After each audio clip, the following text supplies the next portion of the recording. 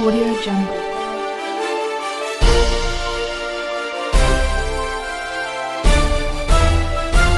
Audio Jungle.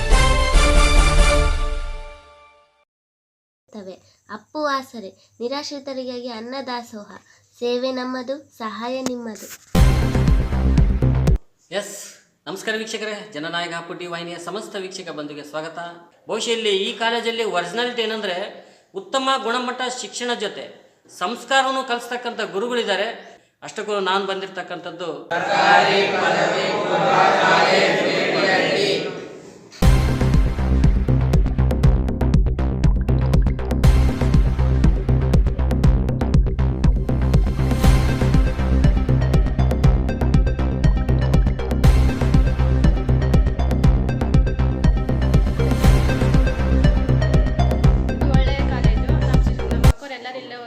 ನಾನು ಇಲ್ಲೇ ಓದಿನಿ. ಒಳ್ಳೆಯ ಕಾಲೇಜು, ಚೆನ್ನಾಗಿ ಎಲ್ಲರೂ ಹೇಳ್ತಾರೆ. ಸರ್ಕಾರಿ ಶಾಲೆ ಅಂತಂದರೆ ಸರ್ ಇಲ್ಲಿ ಟೀಚಿಂಗು ಚೆನ್ನಾಗಿರುತ್ತೆ ಅಂತ ನಮ್ಮ ಅಕ್ಕವರು ನಮ್ಮ ಸೀನಿಯರ್ಸು ಎಲ್ಲರೂ ಹೇಳ್ತಾರೆ ಸರ್. ಇದು ಪ್ರೈವೇಟಲ್ಲಿ ಅಂತಂದರೆ ಅವರು ಜಾಸ್ತಿ ಖರ್ಚಾಗುತ್ತೆ ಅಂತ ಹಂಗಂತೇನಿಲ್ಲ ಸರ್. ಸರ್ಕಾರಿ ಕಾಲೇಜ್ ಅಂದರೆ ಸ್ವಲ್ಪ ಚೆನ್ನಾಗಿರುತ್ತೆ, ಟೀಚರ್ಸ್ ಎಲ್ಲ ಟೀಚಿಂಗ್ ಚೆನ್ನಾಗಿ ಮಾಡ್ತಾರೆ ಅಂತ ಸರ್ಕಾರಿ ಶಾಲೆಯಲ್ಲಿ ಓದಬೇಕಂತ ನಮ್ಮ ಸೀನಿಯರ್ಸ್ ಎಲ್ಲರೂ ಹೇಳಿದರು ಸರ್. ಅದಕ್ಕಾಗಿ ಸರ್ಕಾರಿ ಕಾಲೇಜು. ನಮ್ಮಲ್ಲಿ ಫೋಟೋಗಳು ಸರಸ್ವತಿ ಫೋಟೋ ಆಗಿರ್ಬೋದು, ಕನಕದಾಸರ ಫೋಟೋ ಆಗಿರ್ಬೋದು, ಡಾಕ್ಟರ್ BR ಅಂಬೇಡ್ಕರ್ ಅವರ ಫೋಟೋ ಸಮೇತವಾಗಿ ಎಲ್ಲ ಮುಖ್ಯ ಸ್ವಾತಂತ್ರ್ಯ ಹೋರಾಟಗಾರರು, ಆಮೇಲೆ ಜನನಾಯಕರು ಅಂತ ಅವರಿಗೆ ಒಂದು ಇಂಪ್ರೆಷನ್ ಕೊಡಲಿಕ್ಕೆ ನಾವೆಲ್ಲ ಪ್ರಯತ್ನ ಮಾಡ್ತೀವಿ. ಆಮೇಲೆ ಮುಖ್ಯವಾಗಿ ಇನ್ನೊಂದು ಸರ್, ಇಲ್ಲಿ ಈ ಗಡಿಭಾಗ ಬಳ್ಳಾರಿ ಜಿಲ್ಲೆಯ ಗಡಿಭಾಗ ಕಾಲೇಜಾಗಿರೋದ್ರಿಂದ ಕನ್ನಡದ ಒಂದು ಸಮಸ್ಯೆ ಮಕ್ಕಳಲ್ಲಿ ಎದ್ದು ಕಾಣ್ತದೆ ಸರ್. ಹಾಗಾಗಿನೇ ನಾವು ಈ ವರ್ಣಮಾಲಾಕ್ಷರದಿಂದ ಪ್ರಾರಂಭ ಮಾಡ್ತಿದ್ದೀವಿ ಸರ್. ಶಿಕ್ಷಣ ಕಲಿಲಿಕ್ಕೆ ಭಾಳಷ್ಟು ಕಷ್ಟ. ಕನ್ನಡ ಈ ಗಡಿಭಾಗ ಆಂಧ್ರ ಮತ್ತು ಕರ್ನಾಟಕದ ಗಡಿಭಾಗ ಇರೋದ್ರಿಂದ ಕನ್ನಡಕ್ಕೆ ಹೆಚ್ಚು ಆದ್ಯತೆ ಕೊಡಲಿ ಎಂಬ ಉದ್ದೇಶಕ್ಕಾಗಿಯೇ ಭಾಳಷ್ಟು ಸಲ ನಾವು ಶಿಕ್ಷಣಕ್ಕೆ ಕನ್ನಡಕ್ಕೆ ಹೆಚ್ಚು ಮಹತ್ವ ಕೊಟ್ಟು ಶಿಕ್ಷಣ ನೀಡ್ತೀವಿ ಸರ್ ನಾವು. ಆಮೇಲೆ ಮುಖ್ಯವಾಗಿ ನಾವು 2013ರಲ್ಲಿ ಈ ಕಾಲೇಜಿಗೆ ನಾವು ಪ್ರವೇಶ ಮಾಡಿದ್ದೆ ಸರ್. ನಾನು ಉಪನ್ಯಾಸಕನಾಗಿ ಇಲ್ಲಿ ನಮ್ಮ ಒಂದು ಸಬ್ಜೆಕ್ಟ್ನಲ್ಲಿ, ಕನ್ನಡ ಸಬ್ಜೆಕ್ಟ್ನಲ್ಲಿ 100% ರಿಸಲ್ಟ್ ಸರ್. ಯಾವುದೇ ಕೊರತೆ ಇಲ್ಲದಂಗೆ ಆ ಗಡಿಭಾಗ ಪ್ರದೇಶ ಆಗಿದ್ದರೂ ಕೂಡ ಮಕ್ಕಳಿಗೆ ಒಳ್ಳೆಯ ಶಿಕ್ಷಣ ಕೊಟ್ಟು ಎಲ್ಲ ಉಪನ್ಯಾಸಕರಾಗಿರ್ಬೋದು ಮತ್ತು ನಮ್ಮ ಒಂದು ಸಬ್ಜೆಕ್ಟ್ ನಾವು ಇದ್ದುಕೊಂಡು ಭಾಳಷ್ಟು ಚೆನ್ನಾಗಿ ಒಂದು ಸಣ್ಣ ಕಾಲೇಜಾದರೂ ಕೂಡ ಭಾಳಷ್ಟು ಶಿಕ್ಷಣಕ್ಕೆ ಮಹತ್ವ ಕೊಟ್ಟು ಈ ಒಂದು ಪ್ರದೇಶದ ಯಾವುದೋ ಬಡ ವಿದ್ಯಾರ್ಥಿಗಳು, ಬಡ ಒಂದು ವಿದ್ಯಾರ್ಥಿನಿಗಳು ಬರೋದರಿಂದ ಅವರಿಗೆ ಒಂದು ಒಳ್ಳೆಯ ಶಿಕ್ಷಣ ಕೊಟ್ಟು ಅವರ ಒಂದು ಭವಿಷ್ಯವನ್ನು ಕಲ್ಪಿಸಿಕೊಡೋ ಒಂದು ಕಾರ್ಯವನ್ನು ನಾವು ಮಾಡ್ತಿದ್ದೀವಿ ಸರ್. ಟ್ರಾನ್ಸ್ಪೋರ್ಟರ್ ಆಗಿರ್ಬೋದು ಅಥವಾ ಮಂಜುನಾಥ್ ಸರ್ ಆಗಿರ್ಬೋದು, ನಿರ್ಲಕ್ಷ್ಯ ಅಂತ ಏನಿಲ್ಲ ಸರ್. ಇದೆಲ್ಲ ಕ್ಲೀನ್, ಇದು ಸ್ಟೇಜ್ ಮಾಡಬೇಕು ಅಂತೇಳಿ ಎಲ್ಲ ಕ್ಲೀನ್ ಮಾಡಿಸಿದ್ರು ಸರ್ ಬಂದು. ಅದಾದಮೇಲೆ ಅದು ಅಲ್ಲಿಗೆ ಬಿಟ್ಟಿದ್ರು ಸರ್ ಅಷ್ಟೇ.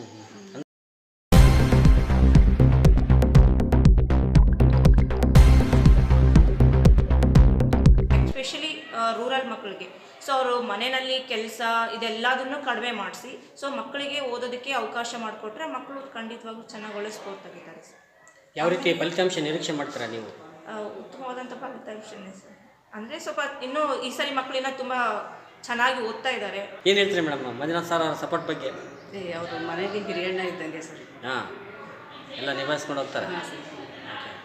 ಏನು ಇಲ್ಲಿ ಮೂಲಭೂತ ಸೌಲಭ್ಯಗಳ ಕೊರತೆ ಇರೋದು? ಅದೇ 2-3 ರೂಮ್ಸ್ ಎಕ್ಸ್ಟ್ರಾ ಬೇಕು ಸರ್ ನಮಗೆ. ಹಾಂ, ಒಂದು ಸ್ಟಾಫ್ ರೂಮ್ ಸೆಪ್ರೇಟ್ ಇದ್ದರೆ ಚೆನ್ನಾಗಿರುತ್ತೆ. ಹಾಂ ಅಂದರೆ ಒಂದು ರೂಮ್ ಇದ್ದರೆ ಚೆನ್ನಾಗಿರುತ್ತೆ ಅವರಿಗೆ ಸ್ವಲ್ಪ. ಅಂದರೆ ಏನು ಪ್ರಯತ್ನ ನಡಲಿಲ್ಲ ಮೇಡಮ್ ಇದ್ರ ಬಗ್ಗೆ? ಸರ್ ಬಂದಾಗಿಂದ ಹೋರಾಟ ಮಾಡ್ತಾನೆ ಇದ್ದಾರೆ ಅದಕ್ಕೆ. ಹಾಂ. ಇಲ್ಲಿ ಪೋಷಕರದ್ದು ಹೆಂಗಿದೆ ಸಪೋರ್ಟು? ಹಾಂ ಸರ್, ಹೇಳಿದಾಗೆಲ್ಲ ಬಂದು ಹೇಳ್ತಾರೆ. ಪಾಪ ಅನ್ಎಜುಕೇಟೆಡೇ ಸ್ವಲ್ಪ ಜಾಸ್ತಿ ಇರೋದ್ರಿಂದ ಅವ್ರಿಗೆ ಅದ್ರ ಬಗ್ಗೆ ಕಲ್ಪನೆ ಇಲ್ಲ. ಮಕ್ಕಳು ಓದಿನ ಬಗ್ಗೆ ಅದ್ರ ಬಗ್ಗೆ ಎಲ್ಲ ನಾವು ಪೇಪರ್ ಕೊಟ್ಟು ಕಳಿಸಿರ್ತೀವಿ, ಆನ್ಸರ್ ಶೀಟು. ಅವರು ಸೈನ್ ಮಾಡಿಸ್ಕೊಂಡು ಬರ್ತಾರೆ, ಬಟ್ ಟೆಸ್ಟ್ ಬಂದಿದ್ದಾವೆ ಏನು ಅಂತ ಅವ್ರಿಗೆ ಗೊತ್ತಿರಲ್ಲ.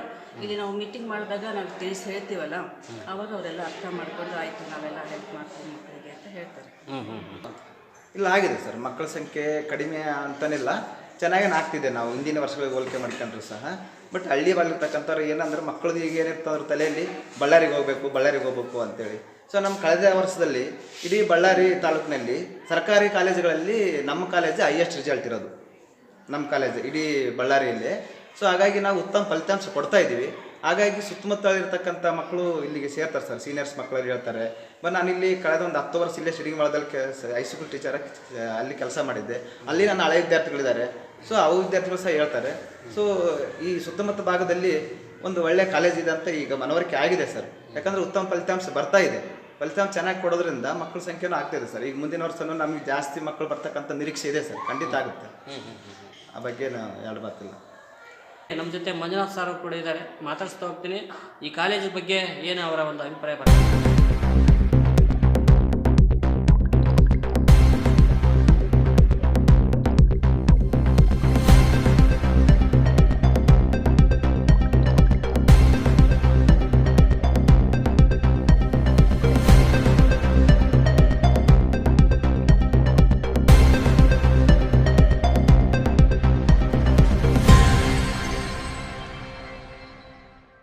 ತಮ್ಮ ಕಿರು ಪರಿಚಯ ಮಾಡಿಕೊಡಿ ಸರ್. ಇಲ್ಲಿ ಒರಿಜಿನಾಲಿಟಿ ಅಂತಂದು ಏನಿಲ್ಲ ಸರ್. ಯಾರಾದರೂ ನಮ್ಮ ಬಗ್ಗೆ ಹೇಳಿದ್ರಂದರೆ ಅವರೊಂದು ಆತ್ಮೀಯತೆ ತೋರಿಸ್ಕೊಡ್ತದೆ. ಇಲ್ಲಿ ನಾವು ಒಂದು ಶಿಸ್ತು ಅಂತಕ್ಕಂಥದ್ದನ್ನು ಜೀವನದಲ್ಲಿ ಅಳವಡಿಸ್ಕೊಂಡ್ಬಿಟ್ಟಿದ್ದೀವಿ. ಆ ಶಿಸ್ತು ಏನು ಮಾಡ್ತದೆ, ನಮ್ಮನ್ನು ನೇರವಾಗಿ ನಡೆಯುವಂತೆ ಮಾಡುತ್ತೆ. ಯಾವಾಗ ನಾವು ನೇರವಾಗಿ ನಡೆಯುವಂತೆ ಮಾಡುತ್ತೋ ಸ್ವಲ್ಪ ಇರುಸು ಮುರುಸು ಆದ್ರೂ ಅದನ್ನೆಲ್ಲರೂ ಪಾಲನೆ ಮಾಡೋದ್ರಿಂದ ಆ ಒಂದು ವ್ಯವಸ್ಥೆ ಇಲ್ಲಿ ಸೃಷ್ಟಿಯಾಗಿದೆ.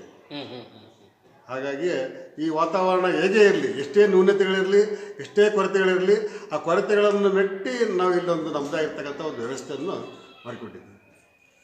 ಈ ನಿಟ್ಟಿನಲ್ಲಿ ಯಾಕೆ ಒಂದು ಬೋರ್ಡ್ ವ್ಯವಸ್ಥೆ ಆಗಬಾರ್ದು ಅಂತ ಸರ್? ಕಾಲೇಜು 2006ರಲ್ಲೇ ಆಗಿದ್ದು. ನಾನು ಹೇಳಿದ್ರೆ ಕಂಪ್ಲೇಂಟ್ ಅಂತಂದರೆ, ನಾವು ಬಂದಾಗ ಒಂದು ಸಣ್ಣ ಬೋರ್ಡ್ ಇತ್ತು. ಅದು ನಾವೇ ಕೇಳ್ಕೊಂತ ಬಂದಿದ್ದೀವಿ, ನಾವು ಎಲ್ಲಿದೆ ಕಾಲೇಜ್ ಅಂತಂದೇಳಿ ಬಂದು ಜಾಯ್ನ್ ಆಗಬೇಕಾದ್ರೆ. ಆಮೇಲೆ ಬಂದ ತಕ್ಷಣ ನಾವು ಮಾಡಿದ ಕೆಲಸ ಫಸ್ಟ್ ಅಂತಂದರೆ ಬಸ್ ಸ್ಟ್ಯಾಂಡಲ್ಲಿ ಒಂದು ಬೋರ್ಡ್ ಹಾಕಿದ್ವಿ ನಾವು. ಅಲ್ಲಿ ಅದುವರೆಗೆ ಯಾರು ಹಾಕಿರಲಿಲ್ಲ. ಬಸ್ ಸ್ಟ್ಯಾಂಡಲ್ಲಿ ಒಂದು ಬೋರ್ಡ್ ಹಾಕಿದ್ವಿ. ಈಗ ಸ್ವಲ್ಪ ಎನ್ಲಾರ್ಜ್ ಆಗ್ತಾಯಿದೆ, ಡಿವೈಡ್ ಆಗ್ತಿರೋದ್ರಿಂದ ಅಲ್ಲಿ ಸ್ವಲ್ಪ ಆ ಬೋರ್ಡ್ ತೆಗಿತಿದ್ದಾರೆ ಸರ್. ಆಮೇಲೆ ಮುಂದುಗಡೆ ಒಂದು ಬೋರ್ಡ್ ಬರ್ಸಿದ್ವಿ. ಇದು ಬೋರ್ಡು ಇಡೀ ಮೊದಲು ಈ ಇಲ್ಲಿ ಪಿ ಡಿ ಹಳ್ಳಿಯಲ್ಲಿ ಕಾಲೇಜ್ ಇದೆ ಅಂತಕ್ಕಂಥದ್ದು ಪೇರೆಂಟ್ಸಿಗೆ ಗೊತ್ತಿರಲಿಲ್ಲ. ಗೊತ್ತಾಗಬೇಕಂತಂದೇಳಿ ದೊಡ್ಡ ಬೋರ್ಡ್ ಬರ್ಸಿದ್ವಿ ನಾವು. ಮತ್ತು ಮರಗಳು ಬೆಳೆದಿದ್ದಾವೆ. ನಾವು ಇನ್ನೂ ಏನೋ ಬಿಲ್ಡಿಂಗ್ ಬಂತಂದ್ರೆ ಮೇಲ್ಗಡೆ ಬರೆಸಿದಾಗ ಬಂದು ಬಿಲ್ಡಿಂಗ್ ಹಾಕಿ ಮೇಲೆ ಬರೆದು ಚೆನ್ನಾಗಿ ಕಾಣ್ಬೇಕಂತಂದೇ ಮಾಡಿದ್ವಿ. ಈಗ ಇನ್ನೊಂದು ಮಾಡಿದ್ವಿ ನಾವು ಪ್ರೈಮರಿ ನಾವು ಒಂದು ಕಲಿಸಿ ಮುಂದುಗಡೆ ಒಂದು ಕಮಾನ್ ಮಾಡಿಸ್ಬೇಕಂತೇಳಿ, ದೊಡ್ಡದಾಗಿ ಬೋರ್ಡೇ ಮಾಡ್ಬೇಕಂತೇಳಿ. ಅದು ಇಷ್ಟರಲ್ಲಿ ಆಗುತ್ತೆ ಸರ್. ಸರ್ ಮೇನ್ ಇಂಪಾರ್ಟೆಂಟ್ ಅಂದರೆ ನಮಗೆ ಕರ್ಕೊಂಡೋಗಿ ತೋರಿಸಿ ಸರ್ ವೀಡಿಯೋ ಮಾಡಿರಿ ಸರ್ ಅಂತೇಳಿ ಗ್ರಂಥಾಲಯನ ವೀಡಿಯೋ ಮಾಡಿಸ್ತಾರೆ ಕಾಲೇಜಲ್ಲಿ. ನೋಡಿ ಸರ್, ನಮ್ಮ ಗ್ರಾಮೀಣ ಭಾಗದಲ್ಲಿ ಈ ಗ್ರಂಥಾಲಯಕ್ಕೆ ನಾವು ಆದ್ಯತೆ ಕೊಟ್ಟಿದ್ದೀವಿ ಅಂತೇಳಿ. ಅದು ನನಗೆ ಆಶ್ಚರ್ಯ ಆಗಿತ್ತು ಅಂದರೆ ಇಷ್ಟೆಲ್ಲ ಸ್ಕ್ರೀನು ಈ ಥರ ಟೆಕ್ನಾಲಜಿ ತೊಗೊಂಡಿದ್ದೀರಿ. ನನಗೂ ಆಶ್ಚರ್ಯ ಆಯಿತು. ಮೇಡಮ್ ಹೇಳಿ ಸರ್, ನಮ್ಮ ಮೇಡಮ್ ನನಗೆ ಅರ್ಥ ಆಯಿತು ಅಂತ. ಆದರೂ ಕೂಡ ಇಂಥ ಒಂದು ಸೌಲಭ್ಯಗಳಲ್ಲಿ ಗ್ರಂಥಾಲಯದ್ದು ಕೂಡ ಒಂದಿಷ್ಟು ತಾವು ಮಾಡ್ಬೋದಾಗಿತ್ತು ಅಂತಕ್ಕಂಥದ್ದು. ಸರ್, ಈಗ ನಮ್ಮಲ್ಲಿ ತರಗತಿಗಳ ಕೊಠಡಿಗಳೇ ಇಲ್ಲ. ನಾವು ಫಸ್ಟಿಗೆ ಬಂದಾಗ ಟೋಟಲಿ ಪ್ರೈಮರ್ದೆ ಒಂದು ಬಿಲ್ಡಿಂಗ್ ಇರಲಿಲ್ಲ. ಅದು ಸ್ವಲ್ಪ ಹಂಗೆ ಲೇಟರ್ ಕರೆಸ್ಪಾಂಡೆನ್ಸ್ ಮಾಡಿದಾಗ ಈ DMFಯಿಂದ 2 ರೂಮ್ ಬಂತು. ಈ 2 ರೂಮ್ನಲ್ಲಿ ಮತ್ತು ನಮಗೂ ಒಂದು ಬೇಕಾದ್ರೆ ಆಫೀಸ್ಗೆ ಅಂತಂದರೆ ರೆಕಾರ್ಡ್ಸ್ ಇರ್ತಾವೆ. ನಾವು ಕೊಡೋದು ಮುಖ್ಯ ಅಲ್ಲ, ರೆಕಾರ್ಡ್ಸ್ ಇರ್ತಾವೆ. ರೆಕಾರ್ಡ್ಸ್ಗಾಗಿ ಈ ರೂಮ್ ಇಟ್ಕೊಂಡು ಒಂದು ರೂಮ್ ತರಗತಿ ಮಾಡ್ಕೊಂಡಿದ್ವಿ. ಇನ್ನೂ 2 ರೂಮ್ಗಳು ಪ್ರೈಮರಿದು ಯೂಸ್ ಮಾಡ್ತಾಯಿದ್ವಿ ನಾವು. ಈಗ ತರಗತಿಗಳೇ ಇಲ್ಲದಿದ್ದಾಗ ಪ್ರತ್ಯೇಕ ಒಂದು ಕೊಠಡಿ ವಾಚನಾಲಯ ಆಗಲಿ ಅಥವಾ ರೆಸ್ಟ್ ರೂಮ್ ಆಗಲಿ ಆಗ್ತಾಯಿಲ್ಲ. ಅದಕ್ಕಾಗಿ ನಾವು ಇನ್ನೊಂದು 4 ರೂಮ್ ಬೇಕಂತೇಳಿ ಸತತವಾಗಿ ಈ 2018ರಿಂದ ಪ್ರಯತ್ನ ಮಾಡ್ತಾಯಿದ್ದೀವಿ. ಸ್ಯಾಂಕ್ಷನ್ ಆಗಿದ್ದು ವಾಪಸ್ ಹೋಗಿದ್ದಾವೆ. ಮಕ್ಕಳು ಎದುರಿಗೆ ಮೊಬೈಲಲ್ಲಿ ಇದಿರ್ತಾರೆ ಅಂತಕ್ಕಂಥದ್ದು. ಹೀಗಾಗಿ ಏನು ಹೇಳ್ತಾರೆ ಅಂತ ಪೋಷಕರು ಅಂದರೆ ತಮ್ಮ ಕಾಲೇಜ್ ಮಕ್ಕಳಿಗೆ ಅಲ್ಲದೆ ಇಡೀ ಕರ್ನಾಟಕ ರಾಜ್ಯದ ಯಾವುದೇ ಶಾಲಾ ಕಾಲೇಜ್ ಮಕ್ಕಳಿರಲಿ ಯಾವ ರೀತಿ ಪೋಷಕರು ನಿಗಾಯಿಸ್ಬೇಕಂತ? ಸರ್, ಇವತ್ತು ಚಟುವಟಿಕೆ ಅಂತಕ್ಕಂಥದ್ದು ಒಂದೇ ಕ್ಷೇತ್ರ ಅಲ್ಲ, ಹಲವಾರು ಕ್ಷೇತ್ರಗಳಿವೆ. ಹಲವಾರು ಕ್ಷೇತ್ರಗಳು ಬೇಕಾಗುತ್ತೆ. ಈಗ ನಾವು ಎಕ್ಸಾಮ್ ಬಂದಿದೆ ಅಂತಂದೇಳಿ TV ಅಥವಾ ಮೊಬೈಲ್ ಆಫ್ ಮಾಡೋದು ಬಿಡಲ್ಲ. ಯಾಕಂದರೆ ಇವತ್ತು ನಾವು ಎಷ್ಟು ಅಡ್ಜಸ್ಟ್ ಆಗಿಬಿಟ್ಟಿದ್ವಿ ಅಂತಂದರೆ ರಿಲೇಷನ್ಶಿಪ್ ಬಿಡ್ತೀವಿ ಹೊರತಾಗಿ ಇವಾಗ ಮಾಧ್ಯಮ ಬಿಡೋಕ್ಕಾಗ್ತಾಯಿಲ್ಲ. ಅದು TV ಆಗಿರ್ಬೋದು, ಮೊಬೈಲ್ ಆಗಿರ್ಬೋದು. ಒಂದು ಕ್ಷಣವೂ ನಾವು ಮೊಬೈಲ್ ಬಿಟ್ಟು ಹೊರಗಡೆ ಹೋಗೋದಿಲ್ಲ. ಆ ಥರ ಇದ್ದಾಗ ನಾವು ಇಡೀ ವರ್ಷದಲ್ಲ ಬಿಟ್ಟು ಎಕ್ಸಾಮ್ ಮೂಮೆಂಟಲ್ಲೇ ನೀವು ಕಂಟ್ರೋಲ್ ಮಾಡಿದ್ರೆ ಆಗಲ್ಲ. ಅದ್ರ ಜೊತೆಗೆ ಏನಾಯ್ತಲ್ಲ ಅದನ್ನು ಕಡಿಮೆ ಮಾಡಿಕೊಡ್ರಿ. ಎಷ್ಟು ಸಾಧ್ಯವಾಗುತ್ತೋ ಅಷ್ಟು ಕಡಿಮೆ ಮಾಡಿರಿ.